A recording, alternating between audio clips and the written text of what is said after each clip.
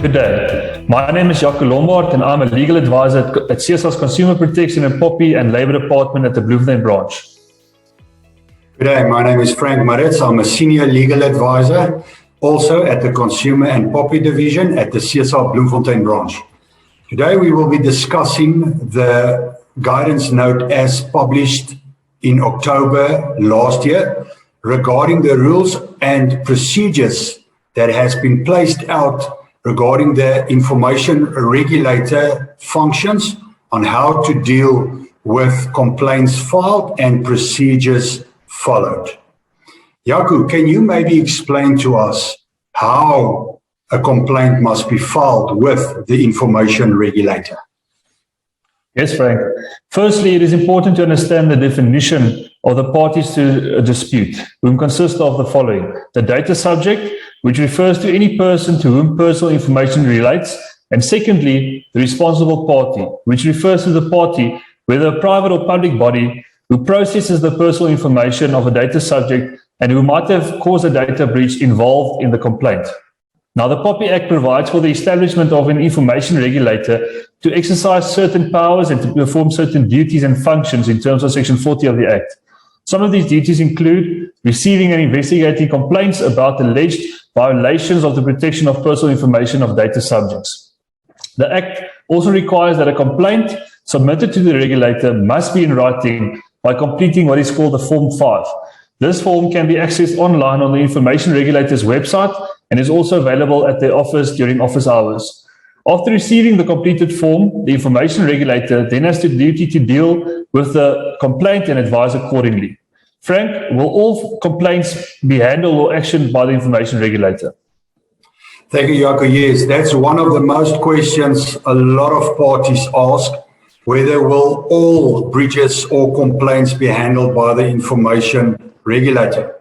Now, the regulator may, in accordance with Section 77, subsection 1 and 2 of the POPI Act, decide to take no action or no further action in respect of complaints. If the complaint is indeed processed or handled by the Information Regulator, it will take phases on, for example, a pre-investigation, or in the alternative, a formal investigation that could lead to a hearing process.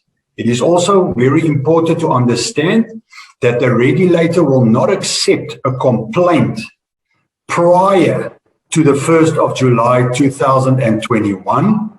The regulator may also not accept a complaint if the complaint is already pending before another regulatory body or tribunal.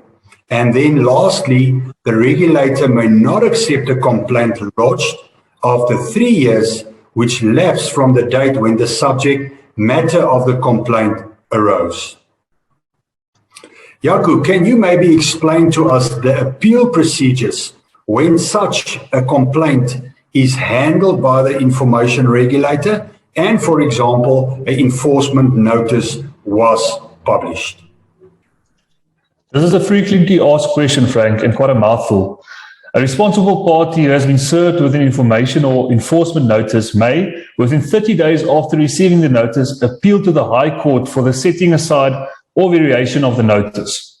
A complainant who has been informed of the regulator's decision to take no action or no further action on a complaint in terms of Section 77(3) of the Act may then, within 180 days after receiving the decision, appeal against the decision to the High Court having jurisdiction.